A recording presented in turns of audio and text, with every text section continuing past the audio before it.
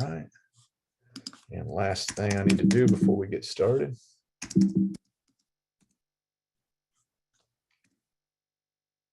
Perfect. All right, guys. All right, let's do it. So thanks for showing up tonight, guys. I know it's family time. I know most of you guys probably been in the field all day, kicking butt, taking names. You're hot, you're tired, you're wore out. So thank you for joining me on this webinar. Let me do one thing so you guys can see a little better.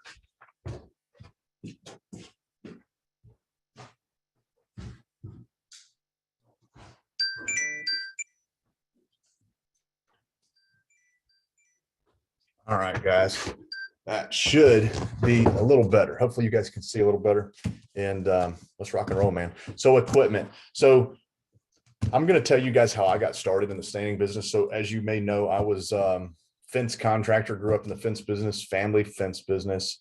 And I was, the young guy. I was the low man on the totem pole. So I got stuck staining stuff. When there was a job to get sealed or stained, it was me. And the first job I ever remember, when my dad threw me under the bus and sent me out to seal something, I'd never done it before, was a deck, big crazy deck with a roof underneath. It was this crazy project. And I had to seal it with Thompson's water sealer back in the day. And we did it with a pump up sprayer. And man, I just sprayed it on everything. I sprayed it on the deck, sprayed it on the house, sprayed it on the concrete. It didn't matter because it was Thompson's water sealer and it was clear, and you could spray it on concrete or whatever. So, and it didn't change the color of the concrete or things like that. And that was the first thing I did. It was with a backpack sprayer. So one hand's pumping and the other hand's spraying with the wand. And it was super easy. And I thought, man, that was actually pretty easy. And I was probably 15 years old at the time, just a kid, and had no clue what I was doing, probably made a mess, but we got paid. The customer was happy, and didn't think any more about staining for quite some time, probably 10 years. And now here I am, so doing it full time. When I went full time into the staining business, I bought a lot of different equipment, trial and error, try to figure it out. And now we've sort of settled into a nice little path that we try to stick in with equipment. But you can spend a little or you can spend a lot.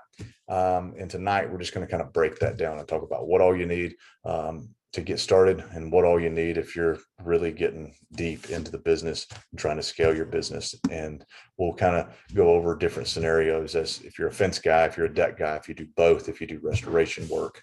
We'll get into that. So first things first, for you new guys, if you're new to the staining industry, I want you to know how big the industry is, because a lot of guys get tunnel vision and they're afraid that, oh, the market's too small. If there's more than one guy in a market, then they're worried to death. There's not enough room for everybody. So the staining industry, the global wood coatings market, was valued at $7.8 billion in 2018, and is projected to reach $12 billion by 2025, according to Allied Market Research. That number was calculated back in 2018. I feel like it's actually a lot higher than that now, because of all the things that's happened with COVID, all the craziness we've seen in the world. We've seen a huge uptick in restoration type work and people preserving what they have rather than building new because of lumber shortages. So I personally think that the rising cost of lumber, that the market could be even bigger by 2025, perhaps 15 to $20 billion. So it's really going up. And so the point being, the pie is a big freaking pie, and there's plenty of seats at the table. So there's plenty of room in most markets for there to be 4, 5, 6, maybe 10, 20 guys that stain, and they all stay super busy. They all make a great living, and that's the way it is. It's the same way with heat and air companies, fence companies, painters, power washers. There's plenty of them in every town. And in every town, there's one guy starving to death and one guy making a ton of money doing the same exact job. So my goal tonight is to give you just a little snippet of the equipment portion of that. But my goal is for you to be the guy who's making money in this. So many of you come from underdeveloped markets, and you can be the original stain contractor in your market, and you can build the market, and you can kind of make the market fit what you want to do.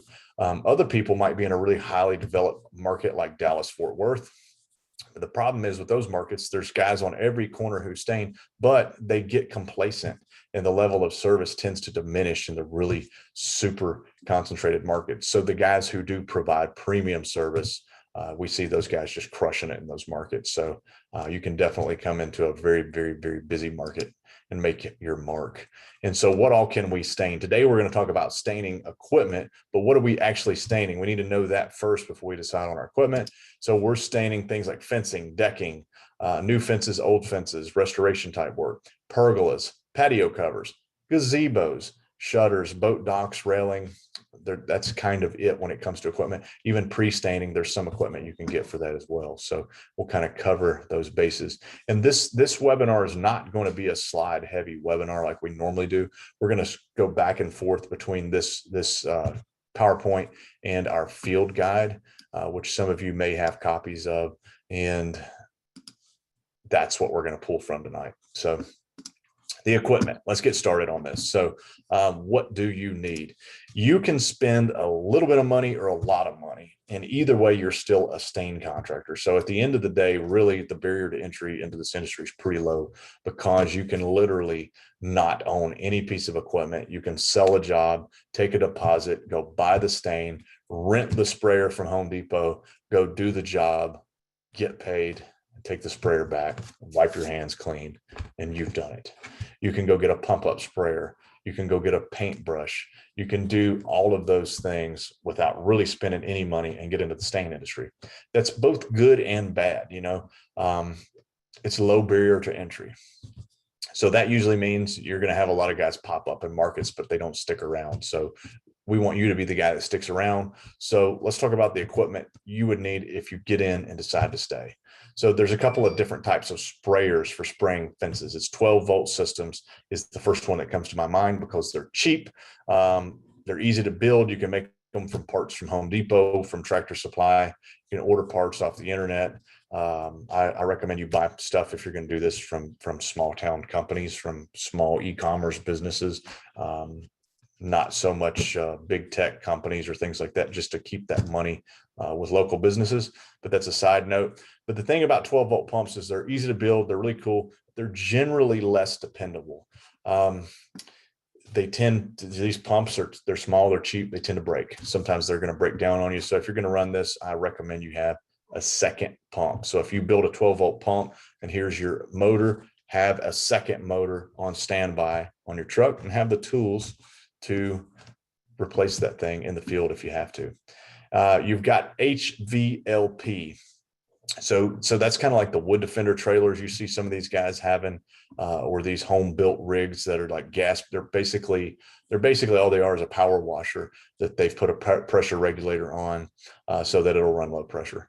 And they stick a sucker instead of into water, you're hooking stain up to it. So the thing about those is they're like a hot rod. If any of you guys raise your hand, if you've ever owned like a classic car, a hot rod, maybe like a drag car or something like that. If you have, these work the same way. So when they're running and they're tuned up and they're going really well, they're hot rods. They put a lot of stain on. They do it really fast, and they're great.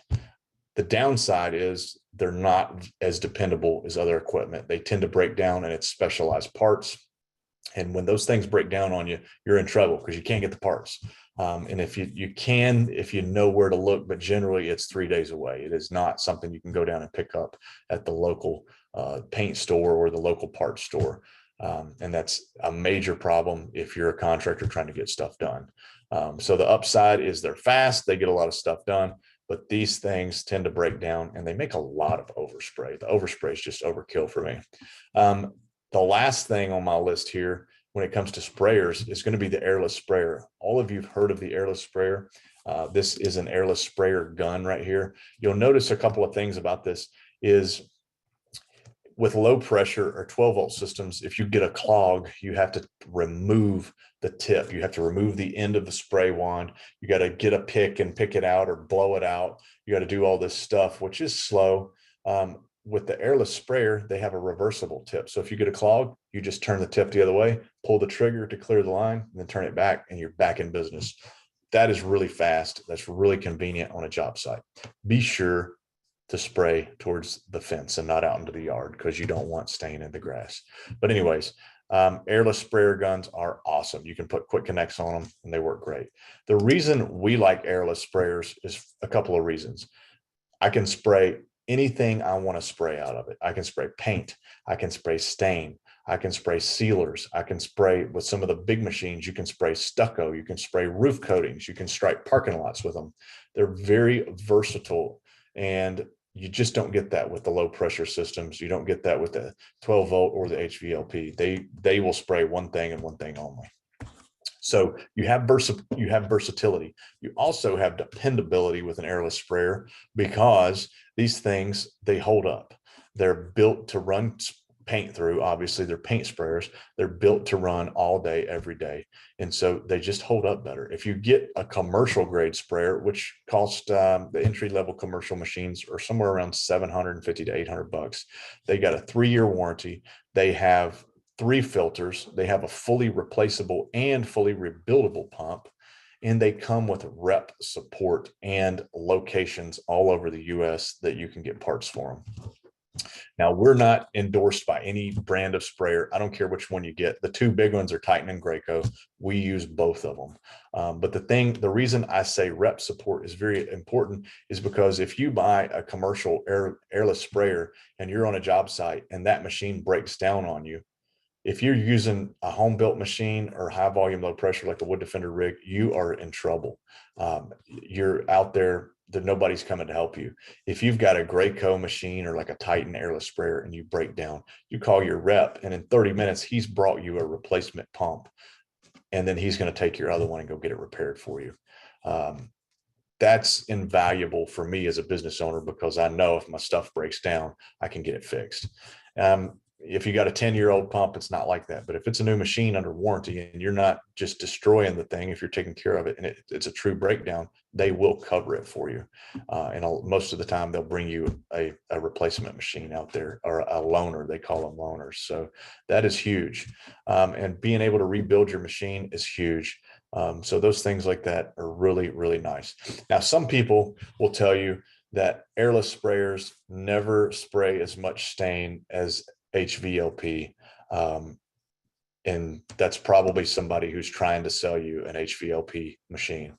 Here's the deal. HVLP, high volume, low pressure, the gas powered rigs with the 300-foot hose, they do a great job and they put out a lot of product with a big tip. If you put a small tip in it, it doesn't put out any product. Same with an airless sprayer. If you put a little bitty tiny tip, like a 515 tip that comes factory, which is standard for paints, for interior paints, you're going to be slow. But if you take that tip out and you put in like a 1223 tip, you're going to be able to rock and roll, and you're going to be able to put a ton of product on just as fast as HVLP.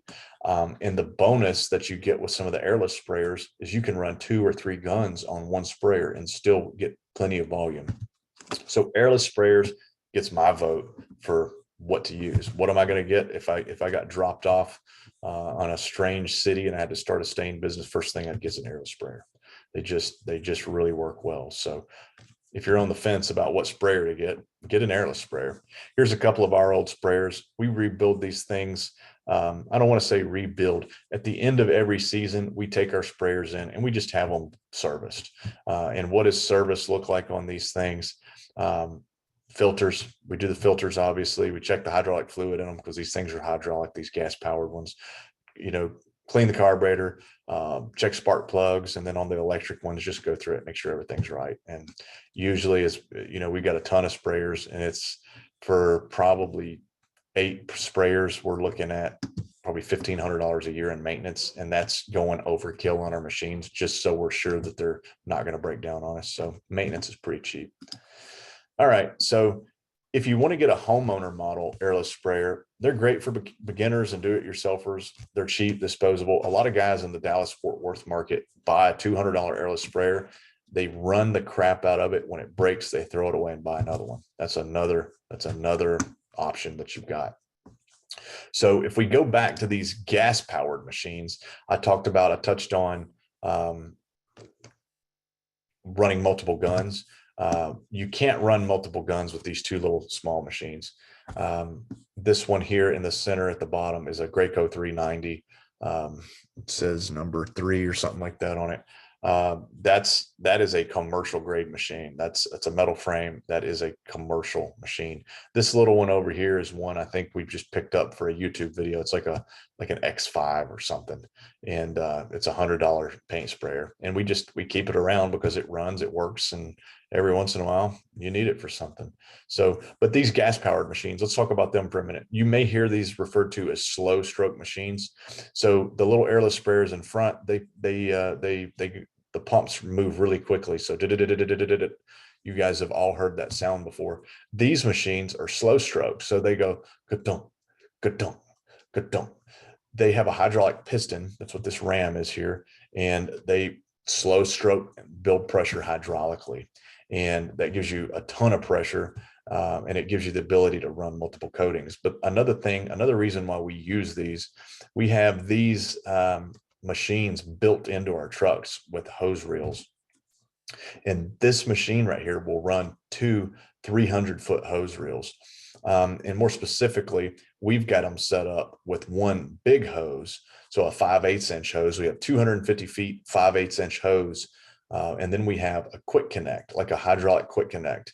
And we keep a splitter on our truck. So normally at that quick connect, there's just another 50-foot section of hose that's just regular 1/4 inch airless sprayer hose. But if we have two guys on a job site and we want to spray twice as fast, we will take our splitter, put it in line right there, and then we can run two hoses and two guns, and there'll be 100 feet between the two guns. So there's plenty of room for two guys to get on alternate sides of fences and spray and not be in each other's way. And these pumps will do that. You can't do that with any other piece of equipment. And that's another reason we really like airless sprayers. And they're gas powered. How many times does an electric one pop these GFIs on people's back porches? A lot of these new homes have circuit breakers that just pop just really easy. And I don't like carrying a generator. So the gas machine, I don't have to worry about it. If we got gas, then we're going to be able to spray. So, and let me just make sure that I cover all the bases. Yeah, I think I've covered all the bases on the airless sprayers. If you got questions about airless sprayers, throw your hand up, man. I'll definitely take your question. You can see I'm a little biased towards them just because we've had a lot of equipment that has broke down on us over the years, and airless is not one of them. I will say that a 12-volt system, I really like these things. And if you're running as an owner operator and you want to stain decks or fences or whatever, 12-volt it's a good choice. And if you're trying to get into the system, get into this thing at a lower cost, I would recommend that you build yourself a 12-volt system. But again, keep a spare pump and do your thing. If you've got 5 crews and maybe you're a fence company with 15 crews and you want to start staining fences, skip the 12-volt altogether, because it's just going to lead to headaches. If you're out there by yourself, you can troubleshoot it, but the last thing you want is one of your new guys calling you and saying, hey, the machine doesn't work. So just weigh those options out depending on what you want. So let's talk about application equipment. We're still talking about spray equipment right now. We're going to move over into all the crap that you keep on your truck here in a few minutes. So I know some of you guys are waiting for that. And I'm hoping Kenny Dugan, Mr. Stainman here, will pop in with any suggestions too, because our stuff's pretty generic and we're basic. So what can you apply chemicals with? So many of you were here for our wood restoration webinar. You got pump up sprayers, cheap, quick, easy way to do it. 12-volt chemical sprayers. So the same way you can build a stain sprayer 12-volt, you can build the same exact system for applying chemicals. I don't think most people are going to use the same pump and hose, but I'm sure it can be done. But I wouldn't. I would have a stain and a chemical pump, and that works really well. You can build those at home. You can downstream some chemicals. If you got a power washer, if you're a power wash company, you can downstream for sure, which is basically where you're suctioning bleach. You have a hose, your water hose that is for your power washer. It's sucking. It's spraying water, obviously, and when you put a sucker off of that, it's a siphon, and it will siphon chemical into your line from a chemical tank, and it will go onto a fence or a house or whatever with the power washer itself. So all you need for that is just a downstream kit, a downstream injector. Obviously, you can apply chemicals with a brush and bucket. Again, low barrier to entry. A car wash brush and a 5-gallon bucket and a little bit of chemical. You can clean a deck with a garden hose. And then some of you guys have the really high-end systems like the soft wash systems. Those work as well. So that's kind of it on sprayers. I'm going to touch on one more thing, because a lot of you guys come at this from the fence industry, or maybe you're painters or whatever. But the big thing that we hear a lot of is liability. You guys are worried about the liability of becoming a stain contractor, because you're worried you're going to get stain on cars or on houses or on concrete, things like that. And that's a valid concern. If you go through some of the training that we're doing and some of these other great stain contractors are doing on the Facebook group, you're going to learn ways to mitigate that overspray, and we'll help you with that. But if you do mess up and get stain on something, we got a tool for that. And I'm putting this in the tool category because it's a chemical, but it's actually a tool for your toolbox. So if you spill concrete, that is chestnut stain on rough concrete right there. That is a big mistake. It is not broom finish concrete, but it is not like shop floor concrete either. So it's very porous, and you can see a whole bucket spilled, and we've put oil dry on it, and you can see with the remnants of that's been swept up. The oil dry has been swept up, and we're left with that stain. Most people would be panicking when that happened, because this is a big issue. And I'm going to be honest, you shouldn't have made this mistake. You shouldn't have got here. You should have walked around the driveway with your bucket. You shouldn't have had an open container on the concrete. There's so many things that we could have done to avoid this, but what if it happens? Degreaser is a very important tool. And you also need a plan. So before this happened, if that concrete was wet down with water hose or water and Dawn dish soap or water and degreaser or anything like that, the stain wouldn't have sticked, and you could have wiped it up, rinsed it away, and it wouldn't have been a problem. So to kind of reiterate that, wet down porous surfaces such as concrete, brick, rock, etc., with water or water degreaser mix prior to staining. And keep the tool I'm telling you about, the tool, keep a strong degreaser on your truck like the one we make called Cleanup. It doesn't matter who makes it, as long as you've got it. And then you also need dry cotton rags on your truck. You need some oil dry, and you need a water hose. If you keep those things on your truck at all times, you're pretty much going to have it covered, and you can take care of business. Spills happen, but with the right knowledge and tools, you can fix it. And so here it was, about 5 minutes after that, we put a little degreaser down. We didn't get rid of the shadow, but as it dried, as that oil dried in the concrete, the shadow went away. But you can see right where it was, but every bit of the color came out of that concrete. This was old red paint here that you can see. That red paint was already there. So it's not so bad. You can get stains out if you mess up. So if you're on the fence about getting in the stain business, it's not terrible. You can fix mess ups. And obviously, we can't do a webinar without covering PPE. Your family needs you to protect yourself, so do it for them. So part of your toolkit needs to be personal protective equipment: eyewear, respirator, mask, head socks, gloves, etc. And remember, never use a backpack sprayer with bleach or other chemicals. So now I'm going to switch pages, and we're going to go straight into our field guide, where we have information on all the little knickknacks that we want to keep on our trucks. So if you guys don't mind, I'm going to switch screens. Give me a thumbs up and let me know that you see the new screen. And go. You guys got this? So this is a page out of our field guide. And I'm going to give you guys all a copy of this. This is an SOP manual for my company. So obviously we make stains and sealers, but we got started by being a stain contractor. And this is what we use as an SOP for our company. And it's got basic list of what we want to see on trucks. And I'm going to go through, I'm going to name this stuff off, but I'm going to give you a copy of this entire thing. It goes over part one, setup on job, fence staining, deck staining, wood restoration. It's all in here. And we're going to go to page 4, which is the tools of the trade. Know your tools and master them. So these are some of the things that we have found are good on the truck. This is not the authority of the world on what to have, and every job's different. But this is what we like to keep on our trucks. And some of you guys are going to have stain trucks and wash trucks. We have stain trucks and wash trucks separate, but this will give you a great idea. So the wood restoration, staining, and sealing trade requires some very common and some very specialized equipment. Every team member should be able to identify, properly use, properly clean, and properly store each piece of equipment on this list. Each truck should contain, and some of this stuff is not equipment, but bear with me. So a first aid kit with an eye wash kit. You need that on your truck. A fire extinguisher. DOT regulations require we have fire extinguishers on our trucks. You need an SDS book, or at minimum access to SDS sheets on your phone or your tablet, digital access to safety data sheets of whatever chemicals you got on your truck. If you're carrying bleach, you need it. If you're carrying stain, you really need an SDS sheet.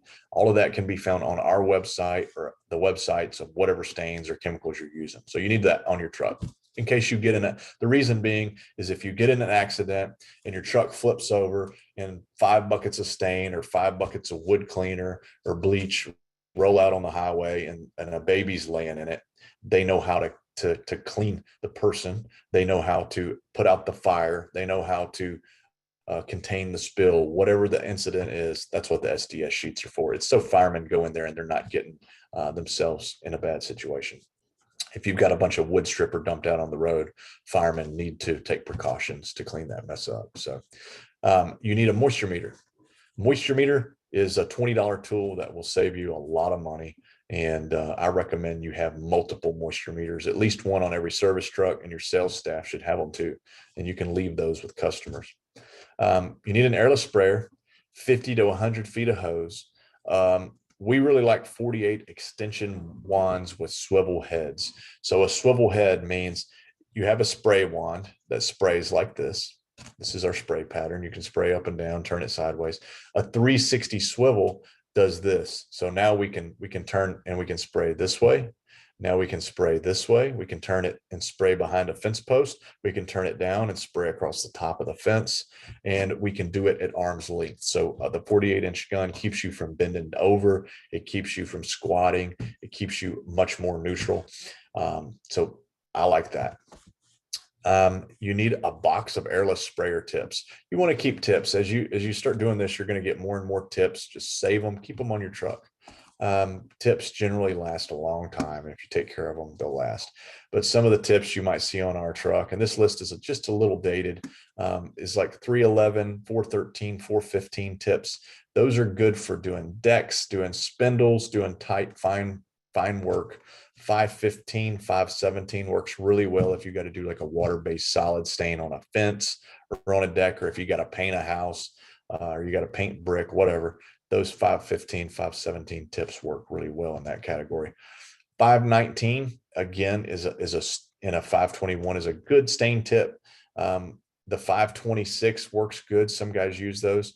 We found a replacement for those 3 tips in a Rack X Graco low pressure. It's called Rack X, RACX tips that are low pressure. And I'm going to grab one of those. I got a box of those. I'm going to show you what those look like.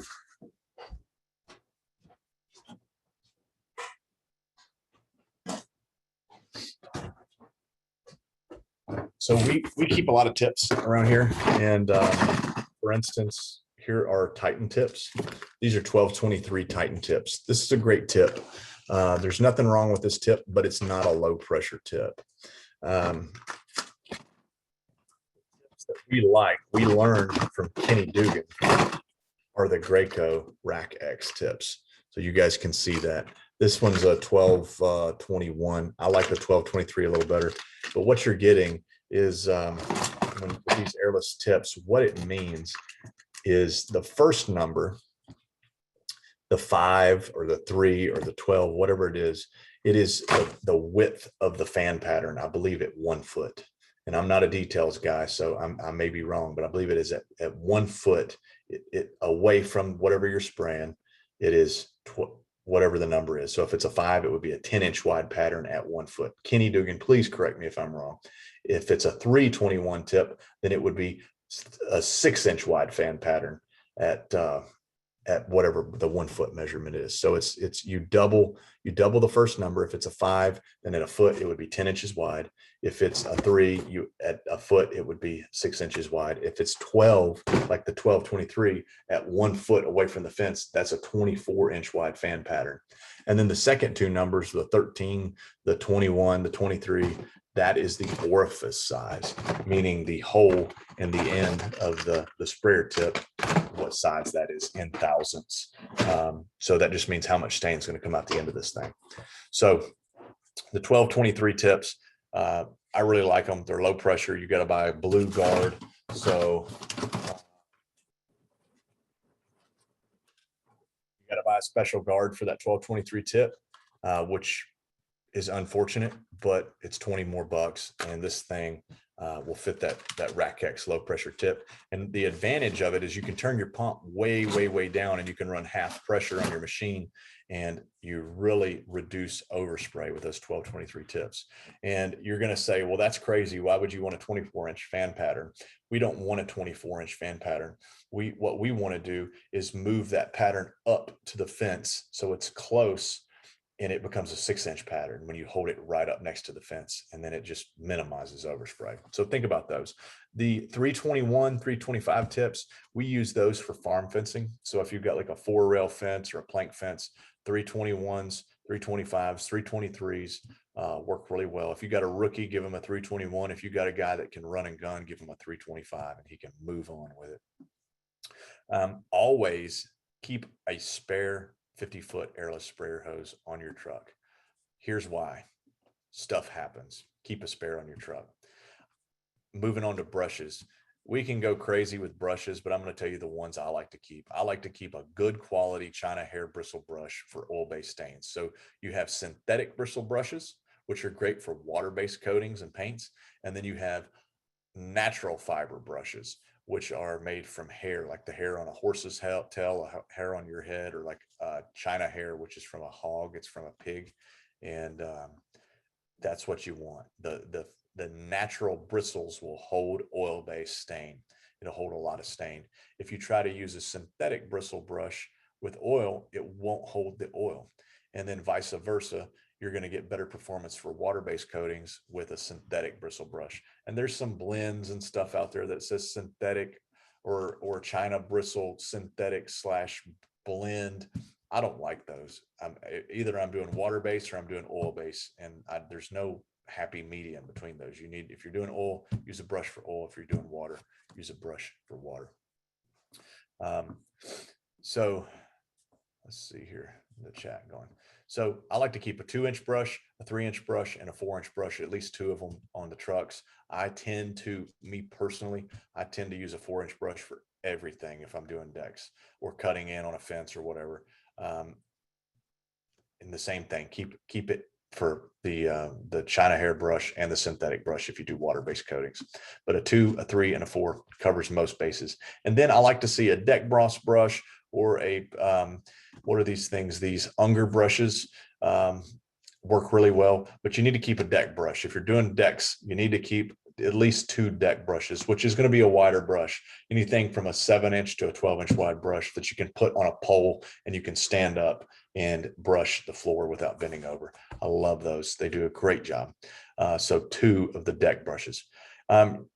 Depending on if you like to use rollers or not, you need to have 2 9-inch roller frames with extra roller pads in your trucks. 2 hot dog rollers. So a hot dog roller is the little small rollers, a 9-inch roller, and then you get the hot dog roller, and they're skinny. They're about as big around as a Sharpie or a magic marker, and those work really well for just getting in tight places on decks. If you got to do porch post, anything that's just a little bit big for a brush and a little bit small for a full-size roller, the hot dog roller really works well. Get you a couple hot dog rollers and have some extra roller pads, and it'll save you some time. 3 Sureline 7-inch stain pad frames. So we like these for projects that are smooth. If you get a deck that's a newer deck, you can use a stain pad, which is basically, it's just a pad um, that will hold stain, and it's very smooth. It's usually has a really short fiber or hair on it, and you can literally just run it across the top of the deck and it will put the stain right where you want it without a lot of it's not going to leave brush marks. It's not going to leave puddling or things like that. It's going to move the stain. It's going to smooth it out. The only problem with those is it doesn't hold a lot of stain. So if it's a really old deck that's really thirsty, if it's a really thirsty deck, then you definitely want to use something different. But those Sureline stain pads work really well. We really like them for Ipe decks, like Brazilian hardwoods, because they're very smooth. They don't have nails or screws sticking up because they usually connect from the side or from the bottom. So it works really well for that. So, and keep a box of, you can get a box of 10 replacement pads and keep on your truck. All right, next, the degreaser we talked about earlier for cleaning up messes. You really need to keep a pump up sprayer with degreaser on it. So we like a 1 gallon pump up sprayer so that's a small pump up sprayer to keep strong, pure degreaser in it. And that is for one thing, that's for emergencies. If you spill stain on a concrete, or if you maybe get a little stain on something you don't want to get it on, that strong degreaser will take it right off. But that strong degreaser is too strong for general purpose use. So you also want a second pump sprayer that is bigger, that's maybe 2 or 3 gallons, and you put degreaser in it at a diluted rate, maybe 4 parts water to 1 part degreaser. And now you have something that you can use to pre-treat surfaces with. You can clean a car, you can clean windows with it. And it works really well. And it obviously goes a lot further when you do it that way. So the small pump up sprayers for emergencies, the big pump up sprayer for general use. Keep 100-foot water hose on your truck. The first thing that comes off of the truck on our jobs, and the last thing that goes back on the truck, is the water hose. Why? Because if there's an accident, such as this spilled stain that we looked at in the other picture there, you need water, and you need it fast. The last thing you want to do is spill a bucket of stain, and then you got to send somebody back to the truck to get a water hose. Have your water hose off the truck first, have it in an easy to get to place, hook it up, turn it on, and have it handy. That way, if the time comes and you do have an accident, it's no big deal. You can fix it. So let's see here. And I like a 36-inch, 3-foot long water hose wand with a shower nozzle. I really like the shower nozzle. It's a gooseneck nozzle, so it turns at the top. And I like the shower nozzle because I'm not really trying to spray water to the top of a house. I really want to just have a nice shower that I can wet big areas of concrete down with. And if I can regulate the pressure down on that nozzle, I can put the nozzle up against the house, and without making any splashes, I can move that nozzle back and forth on the house, and I can make a waterfall come right down the brick, and I can wet all the brick down behind a fence. If the fence butts up to the house, I can get water to run right behind the fence without getting water on the fence. And therefore you can spray the fence while the water is running behind the fence and never have to cut in. That's sort of an advanced technique. I don't recommend a lot of new guys do it, but you can do it. So that shower nozzle really, really works well. I'll be honest, I have never found a shower wand or a garden hose wand that lasts very long. They all tend to get beat up, and you got to replace them every couple months. All right. I recommend you keep at least one house wash / car wash brush on your truck that's on an extension pole. When you get a fence staining job done by stain and seal experts, we're going to wash the air conditioner and all the windows on 3 sides of the house. So that's the sides and the back, and then the air conditioner units. We keep all of that stuff wet, and a lot of times we're masking it. But if we get overspray on it, we're going to clean it. And just because of our process. We tell customers up front, hey, we're going to wash your windows, we're going to wash things, we're going to wash your downspouts. And we're just going to do that because we want to leave your backyard cleaner than we found it. And that's usually a 10-minute process. We're not talking about getting out there and cleaning windows with a squeegee and all this. We're talking about the window's wet. You got just a little bit of soap on your car wash brush. You scrub the window, you move on, you do 3 or 4 windows, you spray it with the hose, you move on, and it's a really fast process. So keep the car wash brush handy. That way, if you do get stain on a car, if you get it on a downspout, you get it on a window, you can clean it off and keep that brush sacred. You don't want to use that brush for cleaning tires. You don't want to use it for putting stain on a deck. That is your cleaning brush and it needs to stay clean. So if you're washing windows, downspouts, air conditioners, and the occasional car with that brush, it will stay clean. Keep it up high on your truck so it's not down in the trash. Maybe put it up on a rack up inside the top of your trailer, in the top of your camper or van or whatever, and just keep it clean. That way, when if you do make a mistake and you get stain on somebody's windshield, you're going over there and washing their car with a clean brush. Nobody wants to have their car washed with a dirty brush. Here's one thing that we keep on all of our trucks, and it's very important. It's a box of cotton t-shirt rags or wiping cloths, whatever the politically correct name for rags is nowadays. So you need something if you get stain on metal gate frames, on hinges, on latches. The cool thing about penetrating oil-based stains is it comes right off. If you get it on metal, it will literally wipe right off. If you got metal fence posts, it'll run off and you usually don't even have to wipe. But hinges, metal gate frames, handles, wipe them all down. Just wipe them down with the rags, and that's what those are for. Some stains have linseed oil in them. So this is just a word of caution. If you wipe something down with a rag that has been, let me start over. If you're using a stain that has linseed oil, you should know that linseed type products can spontaneously combust.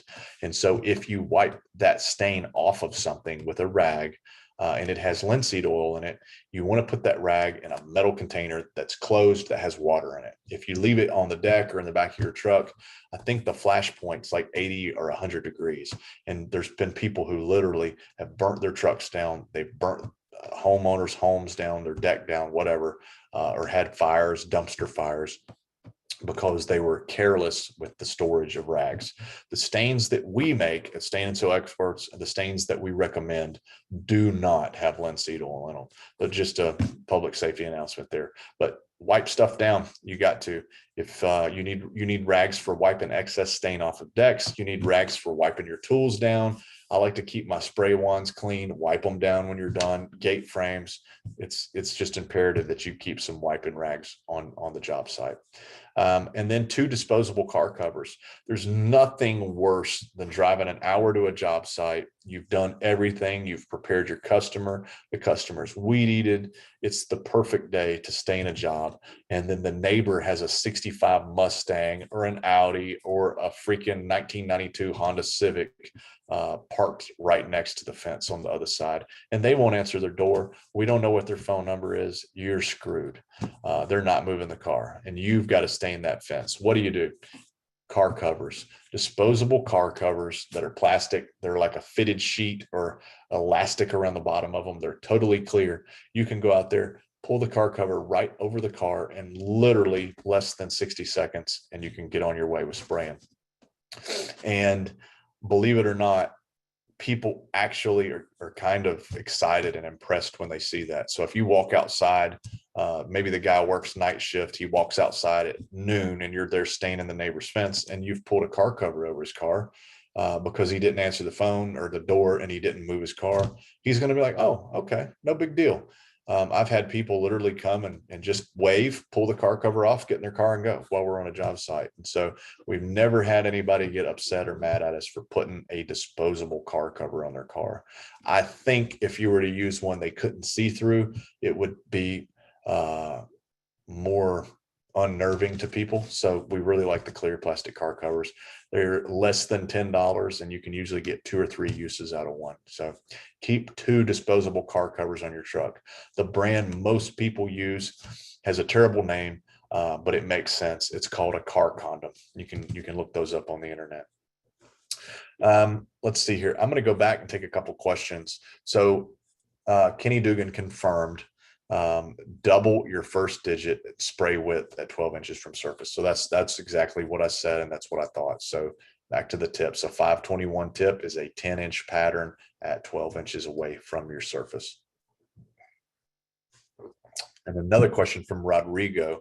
I'm not following you on this question. It says, why do you need ethanol? And he may be running through the list here. I'm not sure. But I'm not sure on your question there. You may be talking denatured alcohol or ethanol-free gas. I'll get to that in a few minutes. And then what type of degreaser for 1 gallon? So we sell, so again, guys, you got to remember that this is an SOP for my company. So this is what we do. And I'm giving you a copy of this because this thing, if I'd have had this 10 years ago, our business would be bigger today. Just because it puts everything in black and white. But we make degreaser concentrate. What that means is you can buy a bucket of degreaser concentrate from us that is 5 gallons. That 5-gallon concentrate will make you 25 gallons of degreaser. There's no sense in you paying shipping or me paying shipping on shipping water. So we're sending you a concentrate so you can add your own water and have 25 gallons of degreaser for the price of 5 gallons. So in the 1 gallon pop-up sprayer, you keep the strong, pure concentrate in there because it's super strong. It'll take black off of a road. It is strong. That is for spills, for emergencies. You very, very rarely need to use that, but you've got it in case there's an emergency. The 2 or 3 gallon pop-up sprayer is the one you put your diluted mix in. So you'd put 4 parts water, 1 part degreaser, and you can use that for cleaning cars, for cleaning windows, for cleaning downspouts, air conditioners, garage doors, for pre-treating concrete areas, for pre-treating the house, for pre-treating rock walls. If you're going to spray a fence that's sitting on top of a rock retaining wall, you can treat all that with that diluted degreaser. And what's the difference between a 517 and a 521 tip?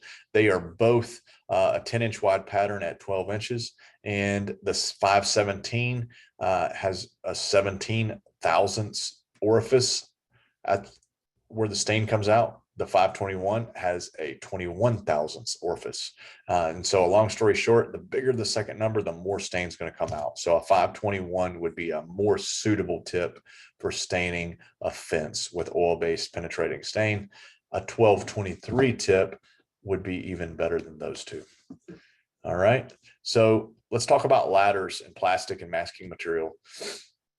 So I like to have a 3-foot step ladder on a truck. It is just super handy if you need to get up on top of, if you got an 8-foot tall fence and you need to cut in the very top right next to the house, 3-foot step ladder will do it. If you need to mask extra tall, you got a 3-foot step ladder. It works really well. So that's just a handy all around thing to have. 2 rolls of 12-foot by 400-foot 1.31 mil plastic. So that's just the cheap plastic you can get from Home Depot, Sherwin-Williams, wherever. We buy the stuff by the pallet because we use a ton of it, and it's just cheap plastic. Anything you need to mask. If there's a bunch of patio furniture, you can mask it. If the house is white hardy board siding, you can mask it. If there's a swimming pool, you can mask it. If there's a concrete driveway that is just so big and you don't really want to wet it down and go through all that, you can mask it. And so 2 rolls of that masking plastic works really well. It would be 12 foot tall and 400 feet long, but it comes in a box this big. And it's really handy to use. You can cut it with your pocket knife, slap it up there with masking tape or duct tape, and it's really easy. All right, let's see here. Also, here's another one. I didn't learn this till way later in life in the staining business, but it's a good idea to keep a roll of 1.5 mil plastic too. So that's the heavier plastic. It's just better plastic. If you're doing a lot of high volume staining, you're going to come into a situation where if you had a piece of plastic that was masking plastic that was just a little heavier, a little thicker, it would really make your life easier. So keep a roll of that on your truck, and keep a hammer stapler on your truck too. So that big heavy plastic, let's say you're doing like a patio cover or a pergola or something, and you need to get that plastic hung up overhead, and it's on a wood surface, and maybe there's a piece of wood trim, you can butt the plastic up, and you can stick it on with a hammer stapler, and you can run it on there, and it'll hold everything up. You want to pull the staples when you're done, obviously, and not get too careless with the staples. Keep it nice and neat. But a hammer stapler and heavy plastic will really save you a lot of time. 3 rolls of duct tape, 3 rolls of masking tape. So it's good to keep tape on your trucks. Masking tape works really well for hardy board siding, for things like that. Duct tape works good for brick, for sticking to things like that, for masonry. You never want to use duct tape on a hardy plank sided house. There's a reason for that, and I'm going to tell you. Hardy plank is a fibrous concrete siding. It's very popular nowadays. It looks like vinyl siding, but instead of 4-inch, it's like 5 or 6-inch pieces of siding, and it's painted instead of being just extruded color like vinyl. And the problem is it's soft, and it's a fiber. You could chip it with your pocket knife or a screwdriver. You put really strong duct tape on it, it gets really hot, and that glue really sets in. You get done with the job and you pull that off, and it will literally pull a whole chunk of the siding out with duct tape. So don't make that same mistake that we made. Always use masking tape on hardy board houses. All right. And so change into the other side over here, disposable gloves. I love to keep disposable gloves on. Some guys never wear gloves, but we always keep a bag of disposable gloves. We buy them in bulk. So I think a bag has 500 gloves in it. And I like to wear gloves because when I get in my truck, I want my hands to be clean. When I need to scratch my ear, right, I want clean hands, right? So when I eat my lunch, I want clean hands. So bag of gloves is a really good thing. 3 respirator masks with extra cartridge filters. So obviously we're spraying stain, and this goes back to our personal protective equipment. You need to keep respirators on your trucks, just because it doesn't matter if you're power washing or staining with our stain or with some kind of really high VOC stains. You need to keep that on the truck. So, your future is important, right? 2 face shields. I really like to have face shields on the truck, the kind it looks like a welder's hood, but it's totally clear. If you're staining in a corner, you can tend to get some overspray build up in that corner. And if you have that hooded, that mask or face shield up, you can just have it in the up position, and you're in that corner, it will keep a lot of overspray from blocking your vision. So it will keep a lot of overspray from falling down into your face. And if you're spraying overhead work, you can drop it down and look right up and spray overhead. So if you're doing pergolas, patio covers, gazebos, underside of deck, you can use that face mask. It's really nice. We don't use them very often, but when you need it, you need it. It's great to have it. 2 pair of goggles, 2 pair of coveralls. Obviously, it's good and nice to have coveralls so you don't ruin your clothes. 10 heavy duty spring clamps. Most of you guys have seen the clamps that you squeeze and they clamp stuff. I really like those because if you're staining up next to a fence, you can just throw a drop cloth over it, clamp it on both sides, and you're good to go. If you're a one-man show and you're trying to mask vinyl siding has breaks in it every so many feet. And if you get good at looking and being observant, you can see places where there's a break, and you can actually open the vinyl siding up and shove the clamp in it with your plastic and clamp it right to the vinyl siding itself without ever using any tape. And you can clamp your plastic up just like that. And when I was a one-man show, I did that all the time. I would take my three-step step ladder. I'd come back maybe 5, 6, 7, 8 feet away from the fence, pull the vinyl siding back, clamp it in the middle, clamp it at the bottom, pull it behind the fence, go right around the corner, go 5 or 6 feet around the corner, clamp it, clamp it, clamp it. And in 5 minutes, I've got the whole house masked and I'm ready to go. So I like that better than tape because I could clamp all the clamps onto my shirt or on my pants and I'd have them there when I needed them. If I was up on a ladder trying to mask on vinyl with masking tape, I was trying to mask and hold and pull the tape off, and or maybe I would stick it to my hat. I would stick pieces of tape to my hat and I would grab a piece off and then it blows off. The clamp never blows off. The clamp is really, really, really good. So I really like the clamps and I think you should use them on your jobs. 1 6-foot by 8-foot tarp for staging equipment. In the backyard, if you're carrying your airless sprayer back there, your equipment, it's a good idea to have something, a piece of cardboard, a tarp, a canvas, whatever, to lay your equipment on.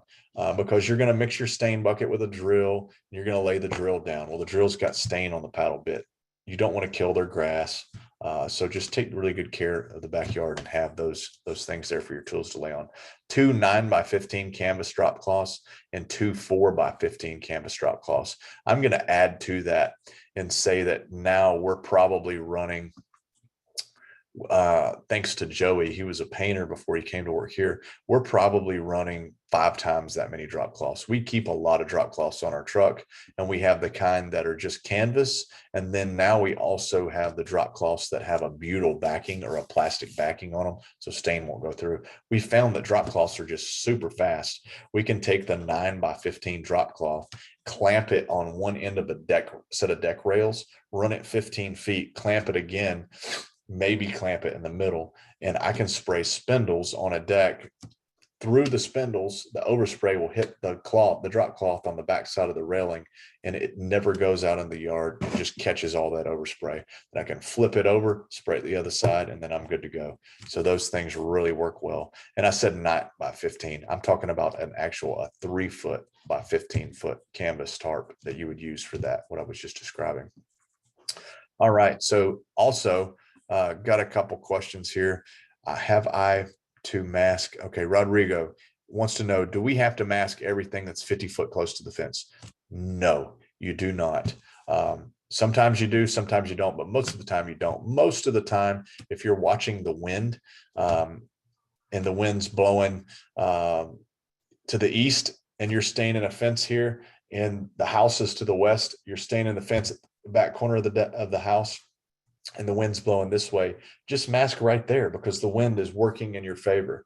If it's the opposite and it's going to blow down the whole side of the house, you may want to mask for so many feet. Maybe you mask for 20 feet, and then maybe you go the last 20 feet on the other side of your masking, you wet it all down and pre-treat it with degreaser. You can do that, or you can mask all of it. A couple of different tips you can do, but the main thing when it comes to masking is watching the wind. All right. I like to keep a 110 volt drill for mixing stain. Here's why. Obviously, we keep Milwaukee impacts and drills, brand new sets on our trucks. They're cordless drills, but sometimes the batteries go dead. And if you keep at least one old school 110 volt drill that you just plug right into the wall, usually anybody's backyard's got a plug that you can plug it in and mix your stain with. And it's just handy to have. You can pick those things up super cheap. For 30 bucks, you can have a drill sitting on your truck. That way, if your batteries do go dead, you got to back up. You can't stain if you can't mix. So also you need 2 24-inch paddle mixers for your drill. So that may be overkill. Maybe you only want one, but you definitely need a paddle mixer for your truck because you're going to have to mix your stain up. And 2 is better than 1 because your guys are going to forget one in a backyard sometime. Also, I like to keep a toolbox with miscellaneous tools on our trucks. So every truck's got screwdrivers, it's got a few wrenches, a hammer, nails for nailing up fence signs, and just a few common hand tools. Whatever kind of sprayer equipment they're using, there needs to be something there to get them out of a jam if something happens. We also keep generally a extension poles, so a 6-foot extension pole. And I'm in this particular circumstance, I'm talking about a wooden pole or a fiberglass pole for a roller or a brush, and then a 20-foot pole. So they make another one that's like, it's probably 7 foot long, and it's called Mr. Long Arm. And you can actually extend this one out to 25 feet, and you can roll or brush something that's 25 feet up in the air if you need it. We don't use that every day. It's rare that we use it, but if you're doing like a screen patio room and maybe there's one piece way at the top and it screens on both sides, and there's one piece of wood going up to the very top, where are you going to put your ladder? You need a 36-foot ladder to hit the top to get up to that eave so you can go down and do it. A 24-foot ladder is going to put you right in the middle of the screens. That's where that 25-foot pole comes in handy. You can put a hot dog roller on that 25-foot pole and hit that spot that you just can't reach any other way. And so when you need it, you need it. So 5 gallons, again, 5 gallons of pure degreaser, 5 gallons of mineral spirits. The mineral spirits is just for if you got stain, you're trying, maybe you got a bucket of stain that's been sitting around for a year and you're trying to get rid of it. A little mineral spirits might help break up some of the pigment if you got a lot of pigment at the bottom. If you need to just clean up your sprayer tips, your sprayer guns, any equipment, mineral spirits works great. It also can help you get stain out of concrete sometimes if you had that accident. A quart, only 1 quart is plenty of denatured alcohol. Denatured alcohol is a really strong solvent, typically used to clean up water-based coatings, but sometimes you'll get stain on something and you just can't get it off with anything but a little denatured alcohol. So you can put it on a little white rag, just wipe it and it'll take it right off. So denatured alcohol, again, another one of those things you don't use every day, but maybe you get in a circumstance where you could use it. For instance, a lot of houses where we live have hardy board siding, but then the bottom 18 inches, they have brick because of splash up. Because if you got white hardy board and then rain, it splashes dirt up on the bottom. So they'll put this layer of brick, 18 inches of brick, and you guys probably have it too. Well, between the hardy board and the brick, there's this piece of metal flashing that'll run all the way down the house, and it's flat. That just like a magnet, stain will stick to it, and it's really thin. And I don't really like to use degreaser on that stuff, just because, and denatured alcohol on a rag, you can just wipe it right off. And so in those weird circumstances, it's good to have. Another thing, even though we make degreaser, there's a commercial thing that you can buy at most stores, dollar stores, or like auto parts stores, and it's Wesley's Bleach White. Wesley's Bleach White, you may have heard of it if you were like me and you were a car guy growing up and you washed your car every day when you were 16 years old. You probably had a bottle of Wesley's Bleach White to clean up those white letter tires or the white walls. Wesley's Bleach White is made just for that. It's made for cleaning the white wall tires to turn it back white, or the white letters on your tire. Maybe it says like BF Goodrich and it's all faded out. You put Wesley's Bleach White, it turns it back white. It's a sodium metasilicate based degreaser, and it works really good. It comes in a spray bottle. You can hook it in your in the corner of your pants, like in your pocket, and it works really good. If you get stain on something you don't want it on, spray Wesley's Bleach White on it and wipe it off. It is a miracle worker, and generally you'll see us using that stuff when we're doing a deck, because a lot of times we'll do a deck by hand and we're not going to mask anything because it's faster to do it by hand. And every once in a while you'll bump your brush up against the house and you get a little stain on the siding or on the brick. Squirt it with degreaser, wipe it right down. It's no problem. Let's see here. 5 gallons. So I think Rodrigo asked about ethanol earlier, and so that's where this line item comes into place. 1 5-gallon gas can with ethanol-free gas. Most of the equipment we run has a carburetor. I guess all the equipment we run has a carburetor and rubber fuel lines, rubber diaphragms in the carburetor. Ethanol fuel, most of the fuel that you get nowadays has ethanol in it. Well, ethanol is really hard on rubber seals, rubber gaskets, rubber hoses, and it will cause a lot of failures and small engines just due to that corrosiveness of the alcohol. And so we try to run ethanol-free gas in all of our trucks. You got to go to special places to get it. You can't get it on every corner, but if you can run ethanol free gas in your power washers, your lawn mowers, your weed eaters, your paint sprayers, your generators, they're just going to last longer. So we just try to make a priority to get ethanol free gas for our equipment, because it's going to, over time, it's going to lower our repair costs. And 1 box of baking soda powder. I'm surprised nobody's asked about this one. So we got 5 gallons of mineral spirits. We got 5 gallons of baking soda powder. What can we make with that?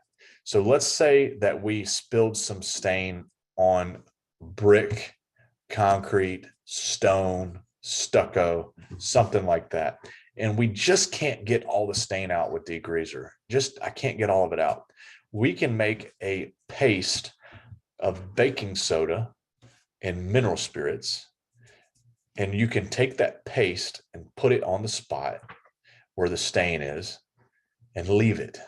Just like your wife takes baking soda and water and makes a paste to pull a stain out of like a granite countertop. Maybe some of you guys have seen that. Works the same way. Leave it there for a while and it might just do the trick to pull that color up out of the rock or stone or brick or concrete, what have you. That's sort of it's just a thing that another tool for the toolbox, right? And a wire brush, same thing. Sometimes you get stain on a piece of brick or whatever, and a wire brush, just hit it with a wire brush, it comes right off. So obviously you can see coming up in the stain trade, made a lot of messes, made a lot of mistakes, because I was a fence contractor who started staining. So if you can make the mistake, I made the mistake, but figured out how to fix it. And a lot of these little tools here are just good to have up your sleeve. Another thing, let's get into sanding. Actually, I'm going to add one more thing to this. We don't usually do, but it's a tip I picked up along the way that I'm going to tell you about. So you can keep a can, like a spray paint can of clear sealers. So Thompson's Water Seal makes them. A couple of other people make them. They'll make like a spray concrete sealer. And so you can so every once in a while, you'll get a deck stain job or a fence stain job where they've built the deck or built the fence. And then somebody later on came and poured concrete up around it. So they built a concrete pad up next to the deck, and now there's concrete up next to the post, and there's no way to cut in the post without getting some stain on the concrete. Well, a simple solution to just make your life a lot easier is to take you some masking tape, mask around the bottom of the fence post or the deck post, and then take your spray paint can with the clear Thompson's Water Sealer, clear concrete sealer, and just spray right around the base of the post. Remove the tape and then let it dry for a few minutes. And now the customer will never know that there's a sealer around the base of the post. You can't see it. But if you drip stain, if stain seeps down off the post and gets on the concrete, it just wipes right off. So that's a cool little handy tip when it comes to your cleanup stuff or preventative stuff. So sanders, how many of you guys keep sanders on your truck?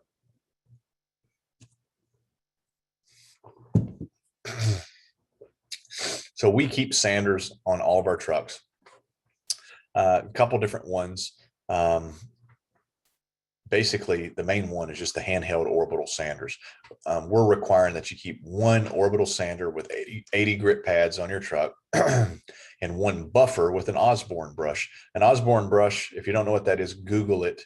It just goes on a buffer with a variable speed buffer, and you hold it just like you buff a car. And it's this cup that is, they make wire brush ones. We like the synthetic ones. And when you turn that thing wide open, the fingers open up and it will take fuzz off of a deck really fast. So any of you guys who maybe pressure washed a fence or a deck too hard and you got a lot of fuzzing, that Osborne brush will make light work of fuzz. So you no longer have to worry about, I messed up and got fuzz. So we also, on some of our trucks, keep the little mouse sanders. So it's a little sander. It's like a pointed sander, so you can get up in the corners and tight posts, and it'll work there for that. And one thing that we don't keep on our truck is a floor sander. We keep that in our shop. we keep a 12 by 18 floor sander. It's an orbital sander. You can rent those from Home Depot for $40 to $60 a day. And they have a pad, and they're a 12 by 18. So it's a big square. It's like a vacuum cleaner. You roll it across the top of the deck, and it will take the top off of a deck or take the fuzz off of a deck really quickly. Usually 10 minutes. You can do a 250 square foot deck with that thing.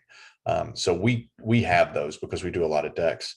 You don't have to have them, but if you get really big into deck restoration, those things are great. But we don't keep them on the truck. We only take it when we need it. Obviously, if you're going to sand a deck, you need a leaf blower or at least a broom to brush the dust off of the deck. And then a rolling wheel, a measuring wheel. It's a good idea if the neighbor comes over and says, hey, will you stain my fence? If you're an owner operator, you need a way to go over there and measure their fence. And if your crew is there without a salesperson, they need a way to, hey, the neighbor's got a fence, it's 240 feet. They want to do it. We told them, we've got enough stain and we've got an extra hour to kill. We can go ahead and do theirs. Whatever the scenario is. That's just a good idea to have a rolling wheel on the fence. Or if you're bidding things based off of paperwork, maybe you didn't come out and see the job and it says 350 feet and you're there and you're thinking, this looks like more like 450 feet. Or maybe it looks more like 200 feet. It just keeps you honest. So let's see here. Wood restoration and power wash list. So we keep separate trucks for wood restoration and separate for power wash. This is minimal for wood restoration for us because we do other things too. We're set up to clean concrete if we need to. We're set up to do some other stuff. But just basic wood restoration and power wash, pump up sprayer for bleach, a pump up sprayer for wood cleaners, a pump up sprayer for wood stripper, a pump up sprayer for brightener. So that's 4 pump up sprayers. That's $80 worth of pump up sprayers. 1 deck scrub brush, 1 pressure washer with soft wash tips. I don't care what kind of pressure washer you have. You can start out with the cheapest cheap pressure washer, or you can get a $20,000 machine. It doesn't really matter. As you grow into the business, you can get more expensive equipment, but you need to have soft wash tips. Soft wash tips are not high pressure. You can hold your hand in front of it while you're spraying, and it's not going to bust your hand all up. It's not going to shoot water up under your skin. You can literally wash your feet with it. It's just getting very light to medium pressure, which is really good for wood restoration.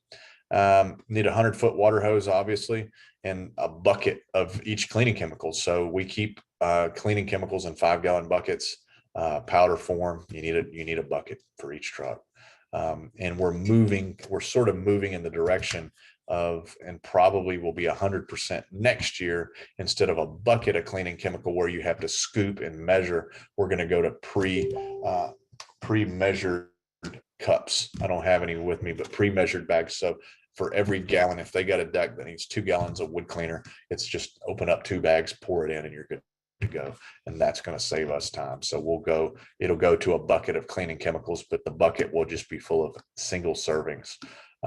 So there's that. I've got a couple of questions here I'm going to take. Let's see here. We can email. Somebody asked about the field guide. We'll get the field guide out to you. Don't worry about that.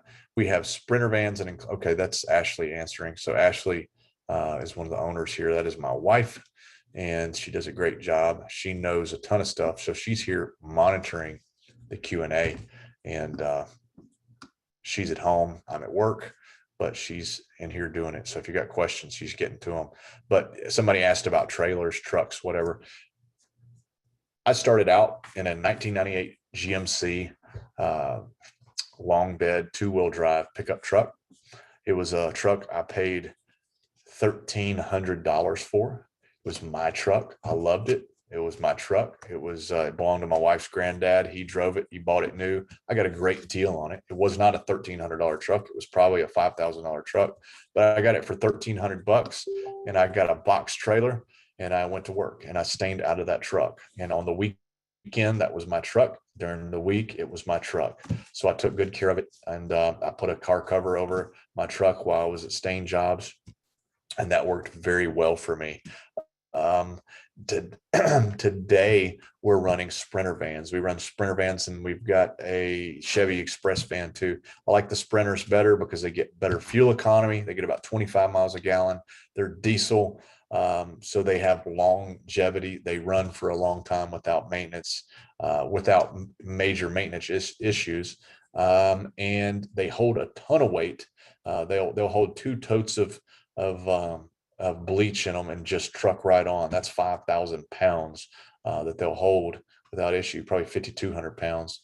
And if you put 2,500 pounds in the back of an F-350, you think you're going to break it. So Sprinters are really designed to hold weight well. You can stand up in them. We just like them. I feel like when we pull up to a job site in a Sprinter, we look premium. People respect us. You can do this in anything though. Trailers are great, but as you scale your business, you probably don't want a bunch of guys out driving trailers, and you just don't. There's pros and cons to trucks and trailers. I don't really want to get into that. If you got a truck and a trailer, if the truck breaks down, you just get a different truck hooked to your trailer. But I'm not going to have a truck that's going to, it is what it is. We keep a spare truck, a spare van.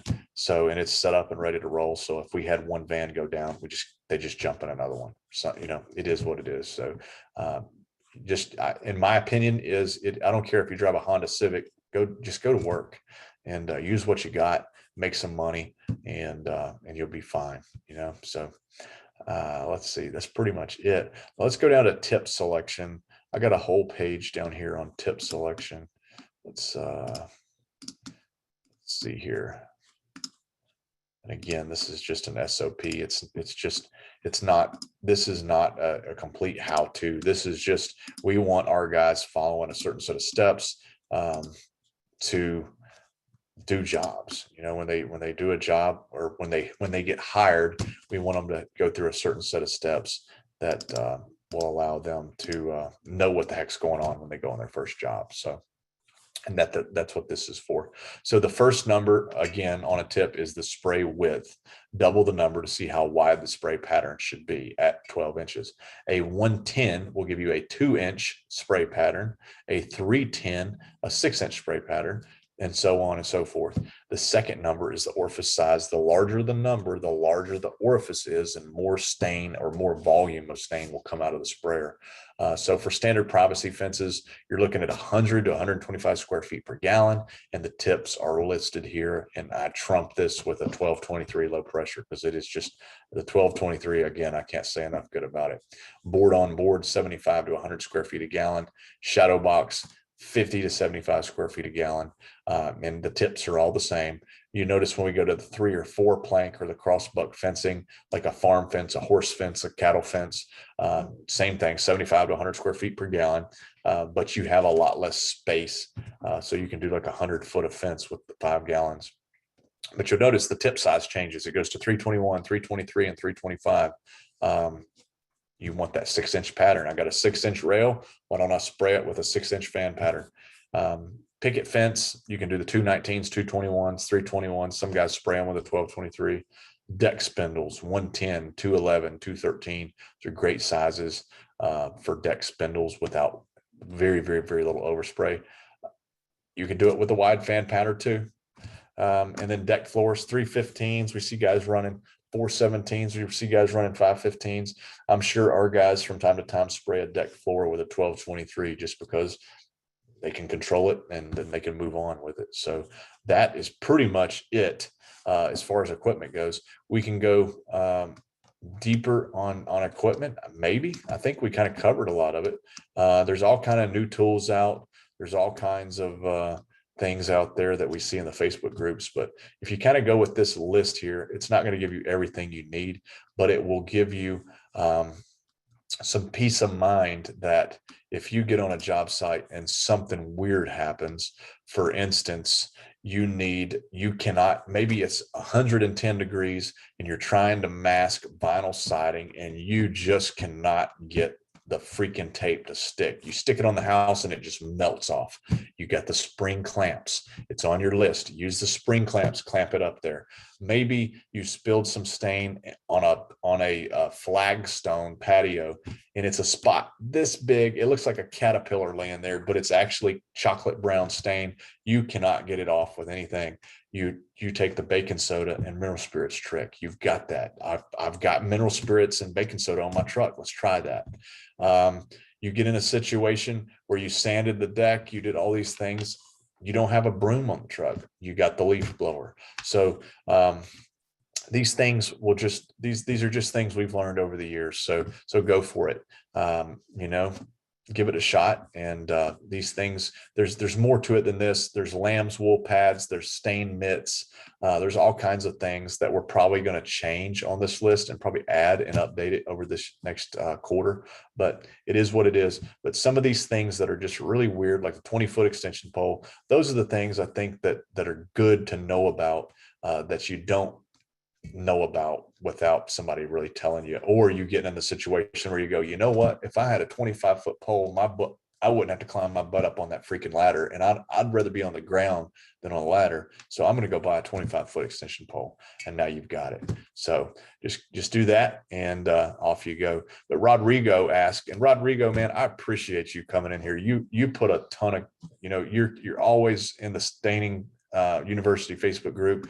You're always here and trying to grow your business. So I appreciate that. And I'm proud to see you're really doing well. You said, do you put your sprayer in low pressure to avoid more overspray? Absolutely. I'm going to change screens here. We're going to go back to our other screen and I'm going to show you something.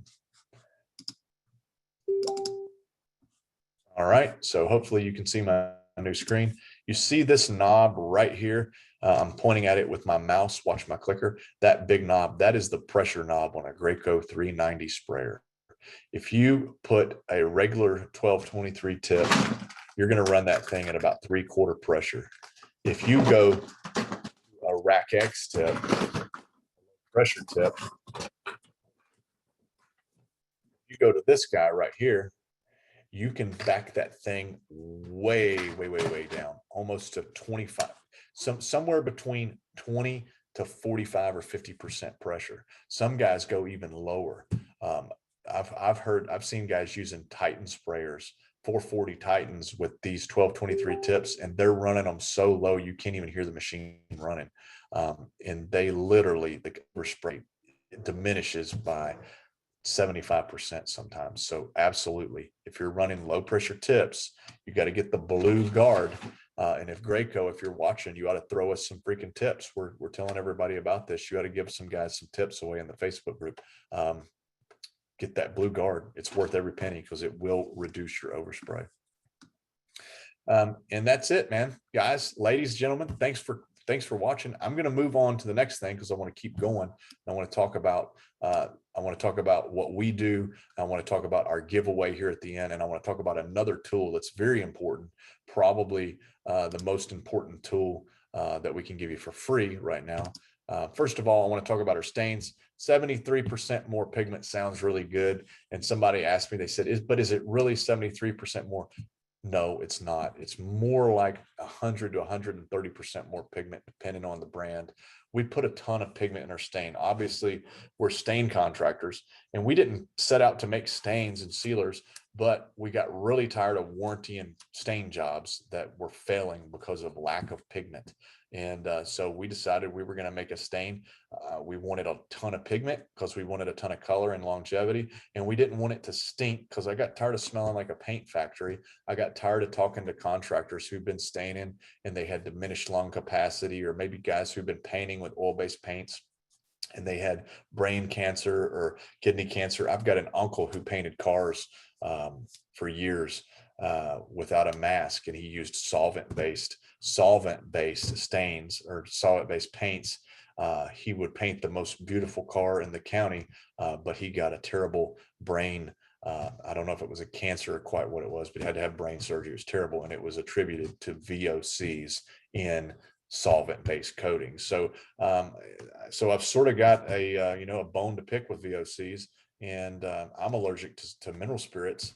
If I get it on my skin, my hands break out and stuff. So I had to come up with something that would not do that. And so we made a stain without freaking VOC in it. And some people said it was impossible, but most of our transparent and semi-transparent stains have less than 1% VOC, and it's in a pure oil base instead of a solvent or a thinner base. So everything you buy from us that's on in the bucket stays on the fence. So if you get a 40-pound bucket of stain and you put 40 pounds of stain on the fence with other brands that are maybe 35 to 55, some of them up to 70% thinner or solvents, all of that's evaporating away. But with our stain being that it's almost 100% solids, all of what you put on the fence stays on the fence. So you're going to get more longevity, more conditioning of the wood, just all around better process. Do we make the best stains on the planet? Probably not. Do we make a darn good stain that's at a darn good price that is safer for you, safer for the environment? Absolutely. And that's when we do it. We use the stains every day. We put a lifetime workmanship warranty on every job we do, and depending on the stain that the customer selects, there's a 2 or 3 year warranty, which is the half-life of the stain. So if it's a 2-year warranted stain, then that's the half-life of the stain. So we guarantee the half-life. So if the stain's going to last 4 years, we put a 2-year warranty that there's going to be zero fading. If it's a 3-year warranty, you're probably going to see anywhere from 3 to 5, maybe 6 years on the stain. So it is what it is. And we'd love to have your business on that. But let's get back to the business here and talk about the app. So this is a tool for you that I want you to have. It's a free app. We spent a ton of time developing this thing. And right now it's for iOS devices. Fourth quarter of this year, we should have it for the Android. But here it is. So when you're on the job, you need answers fast. That's why we developed our Stain and Seal Experts smartphone app. It's sort of your in-field assistant there for you whenever you need it, wherever you're working. You can showcase value-added products to your clients, such as stain, fence armor, post saver sleeves, whatever you need to kind of help push your customer in the right direction. You got it at your fingertips. You can calculate how much stain is needed for any fence or deck job within seconds. So you can literally open the app. If you're standing in a customer's backyard, the map is going to go right there to where you're standing. GPS picks you up. You draw with your finger dots where the fence is in the backyard, and boom, it tells you instantly, oh, that's 254 feet. And then you go to calculate stain, and then you select the fence style. You select, are we doing both sides of the fence? Do we need to add another fence in? Is there a different type of fence somewhere else that we need to add in? Do you have metal fence post? Do you have what material is it? Pine, cedar, redwood, spruce, whitewood. You select your material. Then you select the age of the fence. Is it 0 to 2 years old? Is it 3 to 5 years old? Is it 6, 7, 8 years plus? All of those fences are going to use more or less stain depending on the material and the age of the fence. So another thing that we put in there is how much hose are you running? So many guys start the staining business. They got a 300 feet of hose. They got a 150-foot job. They bring 15 gallons of stain and they just pull their hair out because they're 3 gallons short on stain.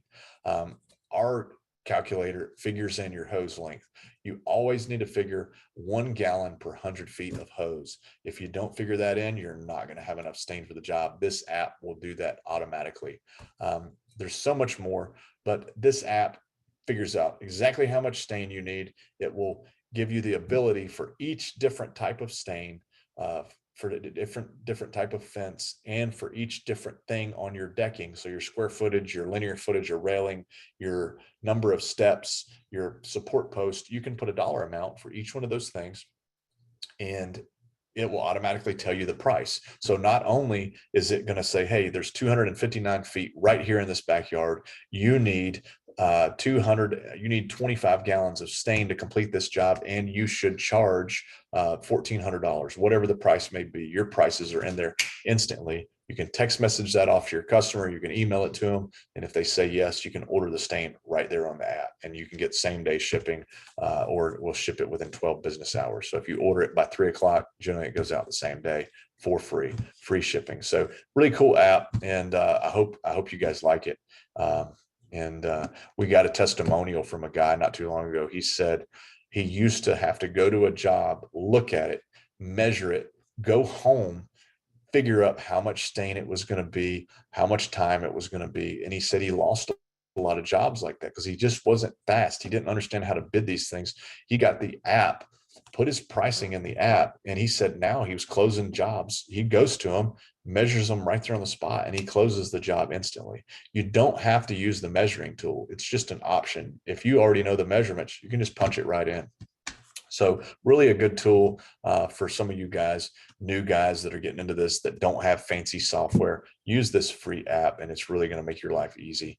It's going to take the guesswork out of it. So appreciate it if you would do that, and then give us 5 stars on the app store, because we spent a lot of time making that for you guys, and we really want you to enjoy it. So that's it. Real good stain. That's our kind of our slogan.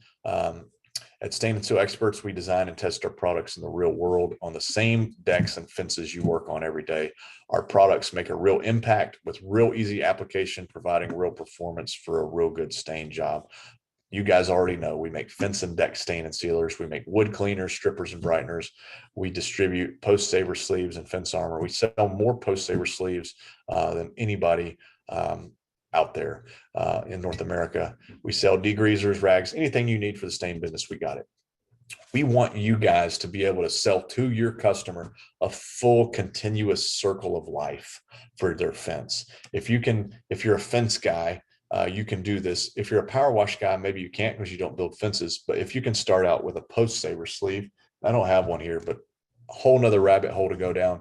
Post saver sleeves, a 25-year warranty on a fence post. If you can talk your customer, you don't even have to talk them into it. They already want this. They don't know they want it because they don't know it's available.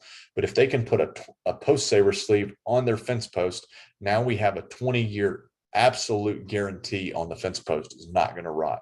Rotting post is the #1 thing that causes failure in wood fence. So we've eliminated that. Now you apply a stain and sealer, an oil-based penetrating stain, and you keep it on a maintenance plan where you're doing this every couple of years. You're coming back and staining that fence. We can put a lifetime warranty on that wooden fence. Nobody else can do that, but we can do it. You can do that. You can offer that service and that peace of mind to your customers. And it just makes a really big difference when it comes time to compete in the marketplace. If you can offer a customer a lifetime warranty fence that is wood, that is beautiful, that is natural, and it has a complete service plan, then you're just going to be light years ahead of your competition. And if you can do it with products that are eco-friendly, it's all the better. If you can get this fence to last these folks 20, 25 years instead of 7 years, which is the average life of a wood fence, then think about how many trees you've saved. And our stains are good for your lungs, and the trees that you save, that's the lungs for our planet. So we're not really crazy hippie tree huggers around here, but by golly, I like trees in my yard and I don't want to cut them down. So that's it. If there's a dealer near you, you can find out at realgoodstain.com, and we ask you to please support our dealers. There's probably a dealer near you. If you don't have a dealer near you, we will sell direct to contractors and homeowners alike. If you're a contractor, we're going to hook you up with a great deal. And that's what I'm going to share with you in just a minute, a way that you can get 25% off of all the stain on our website. But if you want to order online, you can do that at realgoodstain.com. You can go to orders at stainandsealexperts.com or call the office. And something we don't really talk about a whole lot is we have from 8 to 4, Monday through Friday, support. We've got 14 people in this office that are experts. They've been in the field. They know what they're doing, and they can walk you through bad situations. So if you're on a strip job, a stain job, if you're using Sherwin-Williams, if you're using Baker's Grayaway, if you're using Behr Premium, if you're using Wood Defender, whatever the problem is, if you're using Cabot Australian timber oil and you're just about to pull your hair out because you can't figure out why the stain's not doing what you want it to do, we can help you out of that tight spot and we can find a solution for you. And you'll get people that know what the heck they're talking about. There's not another stain company on the planet that's doing a tech line like we are. So we're here to help. And here's the way I look at it. The stain company, the stain industry has been really good to me and my family, and I want it to be really good for you guys. And so we're here to help. So we ask you to support us by buying these products that we make for you, and we'll support you by holding your hand every step of the way, help you become a better contractor and make more money, take better care of your family, because that's what it's all about, man. So God bless you guys. Let's go to the next screen, and I'm going to share this promo code with you guys so you can get that 25% off on anything that you purchase. So put it into your browser right now. Go to webinar.staininguniversity.com. Same place you went to sign up, but add /deal into the box there. I'm going to add that into the chat, and just put your a full name and address in there. We're not selling this information, but we don't want to give dealer pricing to someone who's not a dealer or not a contractor. So this is for contractors only. If you're here and stuck with me tonight, I really appreciate it. That's 25% off that you'll get on your orders. And I'm just going to buzz back through these questions and make sure I didn't miss any questions, but that is the end of this webinar. If you guys have any questions, please drop them in the box. How can we find a dealer for your products? I live in Dallas, Texas. We have a dealer. I was on the phone with him 30 minutes before this webinar started in Arlington, Texas, which is sort of right between Dallas and Fort Worth. And we're looking for more dealers in Dallas. Dallas has been a tough market for us to get in because there's a lot of cheap stain brands out there, and it's just tough for us to get into that market. You know, it's a tough market to get in for us. We're trying, but if you live in Dallas, I know everything in Dallas is like 2 or 3 hour drive because Dallas is so big.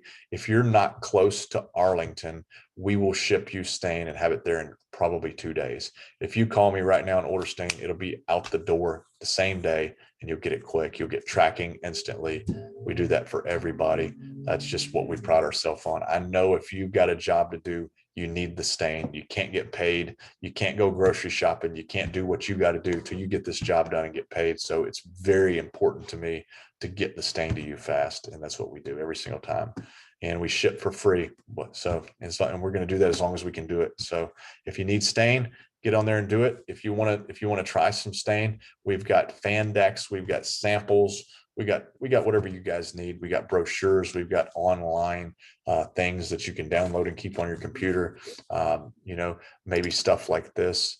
Let's open this one up and show you just different things that are just little things that you can show to your clients that will just give them something to look at, So here's just this is just a marketing brochure. This is a full page ad we do in the Fence News magazine, but we got different stuff like this that you can show your customers and just give them a little better peace of mind about what products that they're using and answer any questions they have. And again, tech line 615-785-1861, guys. Thank you so much. I don't see any more questions.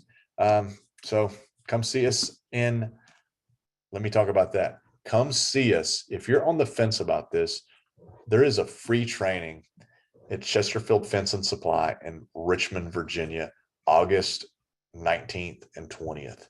We're going to stain fences. We're going to stain decks. We're going to clean fences and decks. We've got a lot going on up there. Joe Everest is going to be there, the fence expert. Sean King is going to be there running fence install school. We're going to stain all the fence that they build. So if you're a fence builder, there's going to be something there for you. If you're a stain guy, there's going to be something for you. If you're a business owner, if you're a power washer, there's going to be something there for you. And it's $1,500 per ticket. Just kidding. It's free. I want you to come to the event. It's perfectly free. All of our events are always free. We do education for free, and we believe strongly in that. So please come to Richmond, Virginia. There is, Ashley, if you're still with us, drop a link to the sign up for that, please, here. So if you can make it to Richmond, even if you got to fly across the country, come to Richmond, because it's a free training and you're going to be there with guys who are just crushing it in the industry. We bring in experts from all over the country to put this on. You're not only going to learn how to stain, you're not going to learn how to seal and restore wood, but you're also going to learn how to market your business. You're going to learn how to bid jobs. You're just going to learn the things that you learn from guys that are doing $3, $4, $5, $10 million in business, that you just can't learn from YouTube, that you just can't learn from reading a book. But you get in a room with these guys, and it will really, really change your life. We've got classes going on in Dallas, looks like in October or November, and then we got Springfield, Missouri, over at Ozark Fence and Supply. We got like 900 feet of fence we're going to stain over on that job. We're going to restore and stain. And we got a great venue. And I think we got one coming up. We don't have the date yet, but Indianapolis. Some of you guys saw that fence in Indianapolis that looked like a mountain. It was like a mountaintop fence. We're staining that thing, and we're going to do a class. So it's going to be a lot of fun. So stand by. Staining University 2022, the big one in Nashville will be February 25th, 26th, 24th, 25th, and 26th. So don't be late for that one. We're doing these things every month, guys. So always trying to get you that free training anytime we can. So we'll keep you posted on Dallas. I don't have a venue yet. As soon as I get a venue, I will get a date posted. So that's it, guys. Have a great night. Thank you so much for coming. I got a question. Here's one question that just came in. Chris Olson, when staining, what are you comfortable putting your oil base over? Do you ever clean off old stain to put on a new coat? What do you feel do you feel good putting new stain right over the top? I'm glad you answered or asked that question. I'm really glad you asked that question. So Chris, if you're new to penetrating oil-based stains, the beauty of penetrating oil-based stains, it's very simple. These stains go into the wood and not on the wood. See how this still looks like wood? Well, this is stained. Obviously, it's not stained black. This is stained with this is our new water base. It's an oil-based stain that goes on with the water-based system. And it is the exact same finish as our oil base. Point being, this is a penetrating stain. Once this begins to slowly fade away, 3 to 5 years, you apply another coat. We recommend you wash it because obviously there's bird crap on it, there's dirt, there's grass clippings. Do a light basic soft wash, come back, apply another coat right over top. You don't have to sand it, you don't have to strip it, you don't have to power wash it. You do a light wash, get the dirt and debris, kill any organic growth. Maybe it's a shady spot, the sprinklers hit a lot and there's some green. Get that off, recoat it. It's simple, and it's really the beauty of the contractor grade stains like we make. Penetrating oil base is the standard for contractors because the maintenance is so awesome. Some of these water-based coatings out there, or some of these things from the big box stores, to recoat them, you got to strip them off. Who wants to strip their fence every 3 or 4 years? I mean, that's really, you're using dangerous chemicals, you're making a mess, and it's just labor intensive. So these stains work really well because they slowly fade away and you just keep adding it back to it. You just add another coat every couple of years, and it's really easy to get your customers on a maintenance plan. It's really easy to grow your business that way. So give them a shot, give them a try. And do we have a newsletter email chain? Yes, we do. If you'll sign up, if you'll just sign up for this contractor discount code over here at the link that I showed you guys earlier, you will get on that email list. And we don't really send out a ton of emails, but when we put up a new YouTube video, things like that, we'll send out an email. And speaking of YouTube, please like and subscribe us. I don't guess you can like us, but you can definitely subscribe to us on YouTube. Trying to get over 1,000. We're about to do a contest. We do a big giveaway once we hit 1,000 subscribers. So please, please, please check us out on YouTube. And that's it, guys. Have a great night. Appreciate you staying with me, and y'all have a good one.